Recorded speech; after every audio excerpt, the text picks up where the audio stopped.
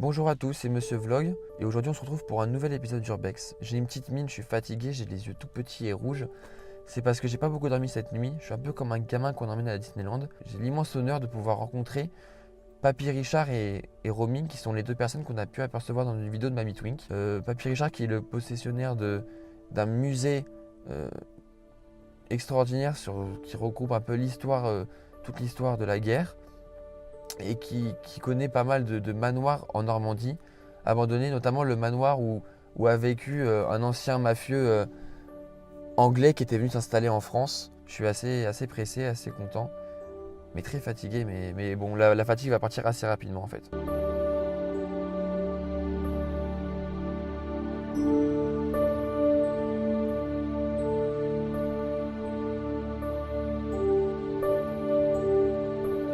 Une KS 800.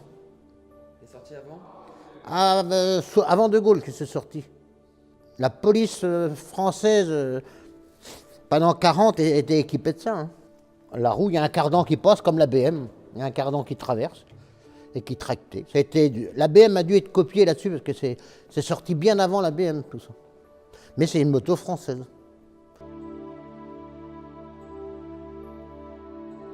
Putain, il a pris les pruneaux. Il a pris des préaux. Hein. C'est quoi l'histoire? Vous l'avez acheté à qui alors ce truc-là? Eh ben, c'est une dame sur la côte qui avait ce bulle-là et son mari, après la guerre, il faisait du terrassement. Ah, il s'en servait Il comme s'en servait un usage pour, civil en fait? Oui, pour reboucher les trous après la guerre dans les routes, tout ça. Putain, d'accord. Et puis la bonne femme, cette dame-là, moi j'avais été la voir, ça monsieur me dit, va voir cette dame-là, un bulle et manque de peau. Quand son mari est décédé, elle l'avait vendu à deux vieux gars du côté de Marseille. Oh! Donc il était descendu là-bas le truc. Ouais. Donc j'ai appelé les deux vieux gars, puis les deux vieux gars m'ont dit, oh, cette vieille saloperie de bulle-là, je veux bien vous le vendre, il me dit. Puis je vous le porte, il me dit, si ça peut vous faire plaisir. Nickel! Donc il me l'a porté. Il y avait des arbres qui commençaient à pousser dedans partout. Ah ouais, ok. Ouais.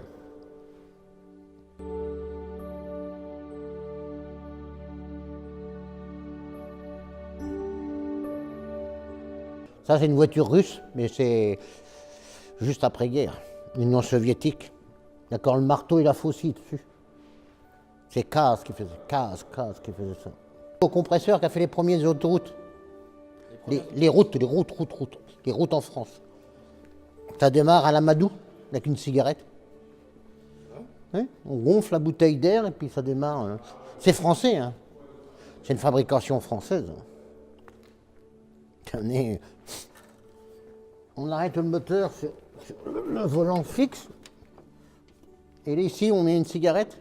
Et on dévisse. Vous fumez, vous coulez une cigarette là. Toc. Vous revissez ça dans le trou. Et vous ouvrez ça. Puis, plop, plop, plop, plop, puis ça part. Un MX-13, mais qui a fait l'Algérie. Avec le TBU 15, l'armor, tout ça. Mais c'est revenu par la route, hein, de chez nous. Ouais. Le tout là? Le tout. Hein. Ok. Un soir à 9h, on est parti avec. Oh putain, là, vous passez pas inaperçu.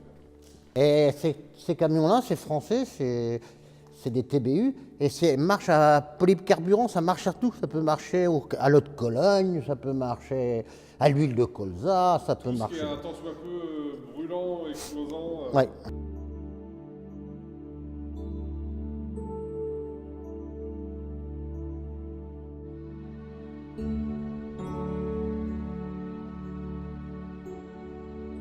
Ça, c'est une moto-chenille, une NSU. Mais elle a été mitraillée à Falaise, t'as vu les balles? Des balles. T'as vu les trous de balles? Et c'était pas tellement bien conçu parce que l'Allemand, il était entre une bombe. Les bidons essence sont là, hein, de chaque côté. Hein.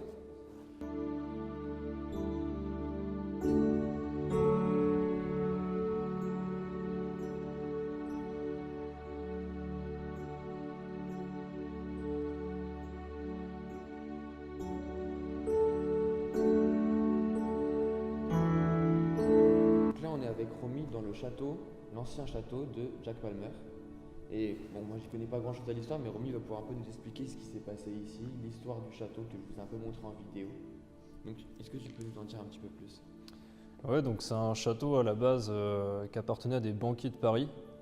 Donc il a été revendu, je dirais, dans les années 90-2000 à John Palmer dans le but d'investir son blanchiment d'argent. Donc en fait, l'idée c'était de transformer le tout en golf et en country club, donc pour les gens aisés. Donc c'était un golf de 18 trous et vraiment il se faisait beaucoup d'argent avec parce qu'il y avait beaucoup de bungalows pour accueillir du personnel.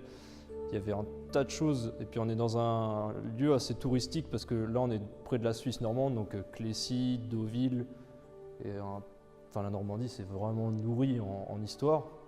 Donc il y a beaucoup de gens qui y venaient, mais en fait en 2011 le fiasco judiciaire il a été dévoilé, donc l'État ils ont trouvé une faille dans le système de la compagnie.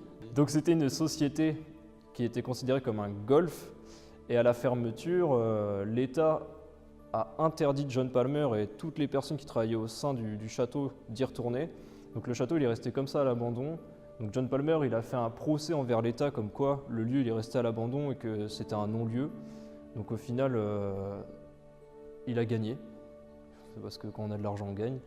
Et il est mort il y a 2 ans, en 2015, dans sa maison de Brentwood.